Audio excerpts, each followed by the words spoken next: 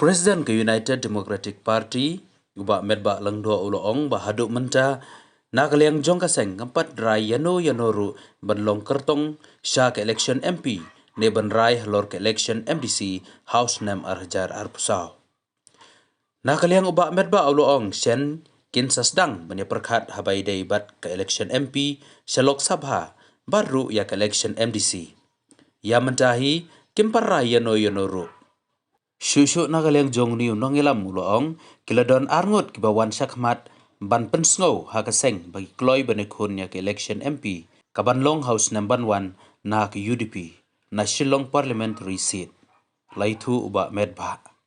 Halor ke jingpau kerteng jong UMLA barim ka maulai uba proses ti saukmi balapau uba ukloi banekun ya ke election MP lada kaseng ka ibet ber tiket ba medba uloong bahaduk menta kaseng kampat syong niya kendu pensiam ya kano karai.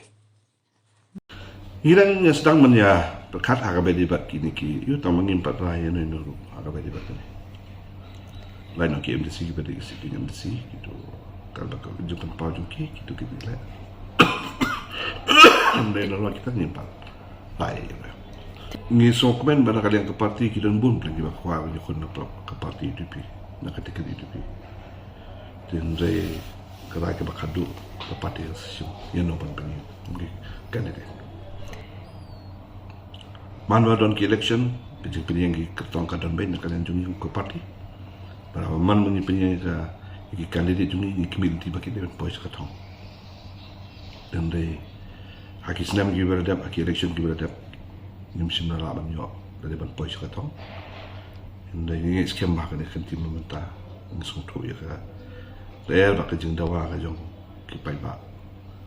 Ni skem bahkan kan tim meminta kin pai kemat sa UDP.